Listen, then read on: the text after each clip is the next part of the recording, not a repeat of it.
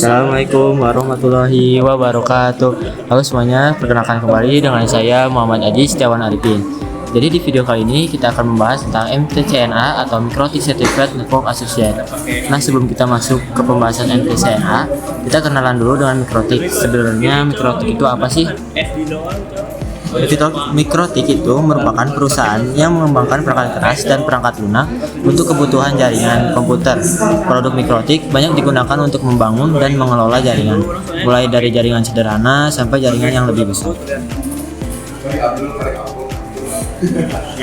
Nah, salah satu hal penting yang ada di Mikrotik adalah router OS.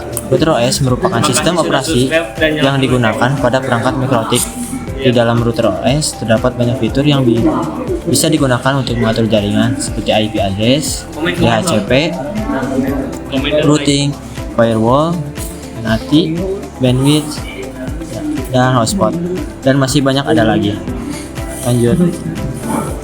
Lalu ada timeline Mikrotik. Nah, setelah mengetahui apa itu Mikrotik, kita lihat sedikit timeline atau perkembangan Mikrotik. Pada tahun didirikannya, Mikrotik resmi berdiri di Riga, Latvia. Didirikan pada tahun 1996 oleh John Crowley dan Ernest Rick Eckstein. Pada awalnya, Mikrotik dikembangkan untuk memenuhi kebutuhan jaringan dan terus berkembang seiring dengan meningkatnya penggunaan teknologi jaringan. Kemudian, Mikrotik mengembangkan router OS, yaitu sistem operasi yang memiliki berbagai fitur untuk mengatur jaringan. Selain itu, Mikrotik juga mengembangkan perangkat keras yang dikenal sebagai router board. Seiring berkembangnya, Mikrotik semakin banyak digunakan dalam berbagai kebutuhan jaringan, seperti jaringan sekolah, perusahaan, rumah, hingga penyedia layanan internet. Mikrotik juga mengembangkan program sertifikasi, salah satunya adalah MTCNA. Di sini ada router board, hardware Mikrotik, menjalankan router OS, fungsi router utama, lalu ada ekosistem Mikrotik. Ke MTCNA. Nah, sekarang kita masuk ke MTCNA. MTCNA merupakan singkatan dari Mikrotik Certified Network Associate.